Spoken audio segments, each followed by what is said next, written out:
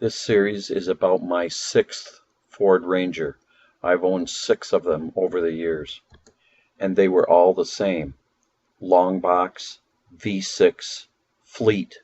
The fleet Rangers never had all the bells and whistles. It was just a truck. That was all I wanted. My first Ranger was a 1984.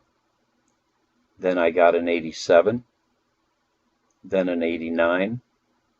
Then a 93. And finally a 2007. This is an image of my 2007 Ford Ranger one day before it was sold with 194,000 miles. And here it is setting next to the new Ranger, the 2022. It was special ordered as a super cab, 6-foot 1-inch box, vinyl floor, cloth seats, mud flaps, and the rear seat delete.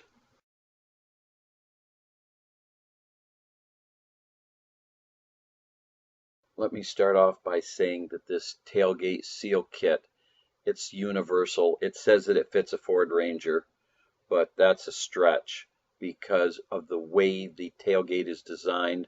I don't think the designers of the tailgate ever saw the body of the truck because the inside of the tailgate does not match the bed of the truck. So this kit, it'll do the bottom, but the sides not without some serious work. So I'm going to show you what I had to do to get a reasonably tight seal. So here's what you get in the kit. You get 2 alcohol prep pads and the seal. I will say the seal, when you peel back the red covering on the stickum part, that is very good stickum. It goes down, it does not want to come off, which is what you want. The rubber's nice and flexible. It's just a universal kit, and if the tailgate was designed correctly, it would probably work. And on the back side of the bag that all this stuff came in, there's some rudimentary instructions. Now in this image you can see the gap that the seal has to try to take care of at the bottom of the tailgate. You can stick your finger outside. It is so big, but it's not as bad as the left and right lower corners. And there's from the outside looking in, you can see the bed liner. It's not the way it was on my 07. And then over on the inside on the passenger side, you can see the tail light and you can look outdoors. Literally, you can stick your fingers in there. If you notice how the tailgate lower right, it is peeling away from the truck. So that makes me think that the designer of the tailgate never saw the body of the truck because they don't mate. So I'm going to do my best to get them to mate. So I've got the strip just hanging there the way the company wants you to put it on. It won't reach the tailgate because the tailgate is so far away from the pillar of the truck bed. So that's not going to work the way they want it to. And again, in the lower corner, the way the tailgate curves away, even if you put the seal on, you're still going to be able to stick your fingers outdoors. So the first thing they want you to do is cut a 1-inch piece and test the seal against the bed against the tailgate. As you can see, it does take care of the gap. So the bottom is now sealed. Now I'm going to address the side pillars. So the first thing I did was I removed the retaining cable on the right hand side, and what I intend to do is run the seal right up that pillar right next to the taillight lens so that the inner lip of the outer part of the tailgate will press against that when the tailgate is closed. The seal company wants you to put it on the pillar to the left, and you can see the pillar peels away from the tailgate. Again, I question whether the two designers ever talked to each other. But anyway, that's the way I'm going to run it because it creates a much tighter seal. When you reach the top, you have to make a 90-degree turn. Can't quite do it with that seal. At least I couldn't. So what I ended up doing was cutting a little piece, as you see there, and stuck it on. Then I checked the tailgate as it closed, and it hit it, and it wanted to peel it off. So what I did was I cut a relief, as you see, and that allows the tailgate to close. Then I just filled that area with silicone seal. It may not be the prettiest in the world, but it'll keep the majority of the water out. And when I said the majority, that's what I meant. As you can see, after a rain, I had water entering, and I have to figure out where it came in and how to stop it. I know they're not supposed to be watertight, but that's a significant amount of water, and got to be able to do something a little better.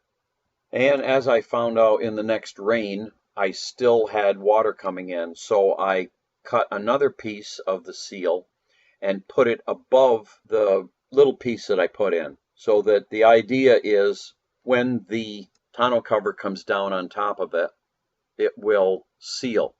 And I squirted some silicone seal, the black Permatex, inside the rubber seal so that it would not conduct water. And there's a side view, you can see that it sticks up pretty high. And with the tonneau cover down on top of it, I have rubber on rubber seal. I thought I had it. And again, the next rain, I had water coming in. Then I realized that the tonneau cover manufacturer, Gator, the end of their rail is open. Notice where my finger is pointing.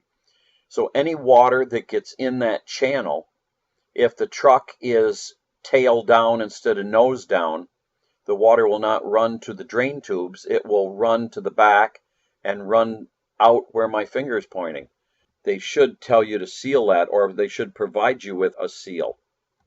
So what I did was got out my black Permatex again and filled that area with silicone so that the water now will be forced to run to the front of the truck and out the drain tubes.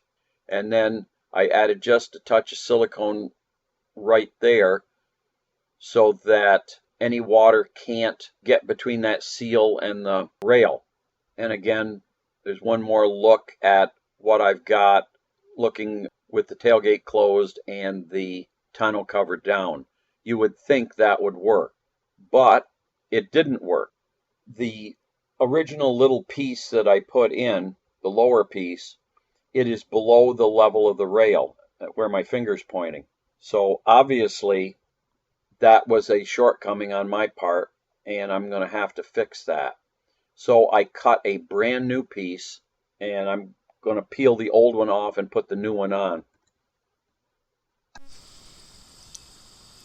And what I'm figuring is I put this little piece in like that.